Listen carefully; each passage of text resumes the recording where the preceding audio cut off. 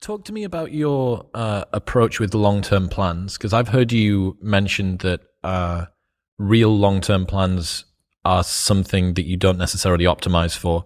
You seem to optimize a little bit more for optionality and for kind of a medium-term thing. What's your thinking around that? Yeah, I don't know what I'm going to be doing in 5 years. People are like, what's your 5-year plan? I have no idea what my 5-year plan is because I don't know what opportunities are going to arise. I don't know what things I'm going to fail at. I don't know what mistakes I'm going to make. So how am I going to sit here and tell you where I'm going to be in 5 years? I can't. And if I did, I'd probably be shutting off some opportunities that are there because I'm too close-minded and focused on some 5-year plan. So I make iterative decisions about things. I move a little bit in some direction. I test, I get the feedback from it. Was it good? Was it bad?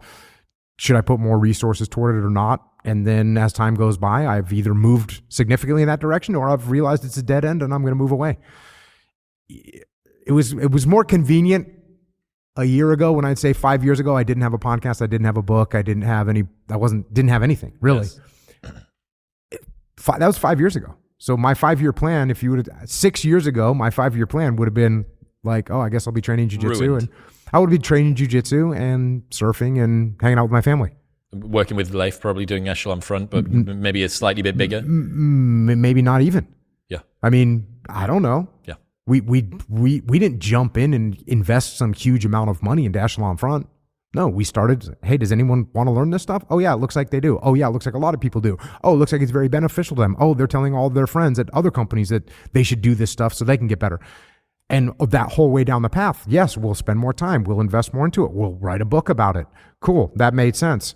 So that's what I have to take the approach with everything. What opportunities are going to knock on my door today? What opportunities have I started that are going to close tomorrow? I don't know. So I don't invest a lot of time and energy trying to predict where I'm going to be in 5 years when I don't know. I really resonated with that. I really like it because especially in the online productivity world, you should break down the 25-year plan into 5-year blocks, into 1-year sprints, into quarterly goals or whatever. And it's just never resonated with me. It's never resonated. It doesn't appeal to my nature. It doesn't appeal to the way that life is by design unpredictable.